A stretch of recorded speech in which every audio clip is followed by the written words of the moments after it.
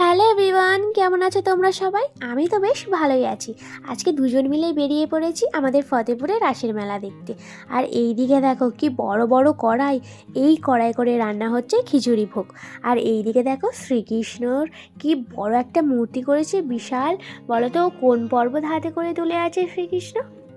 আর এইদিকে কিন্তু বিতরণ হচ্ছিল খিচুড়ি ভোগ। কত লাইন পড়ছে দেখেছো? লাইন দিয়ে আমরাও নিয়ে নিয়েছি খিচুড়ি ভোগ। আর ভোগ নিয়ে তো কোনো কথাই হবে না।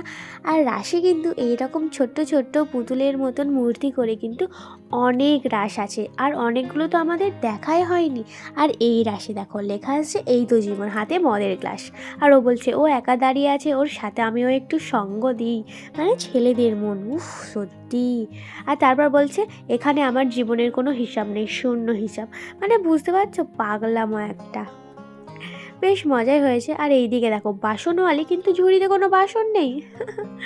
আর এইদিকে বিয়ে করে তো মহা জ্বালা। সত্যিই কি ছেলেরা বিয়ে করে মহা জ্বালার মধ্যে আছে?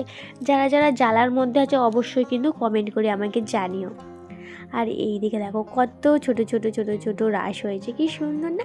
এরকম প্রচুর রাস হয়েছে। তারপর আমি বলছি আমাকে এই বিড়ালটাই কিনে দেবে গো, আমার কি পছন্দ হয়েছে।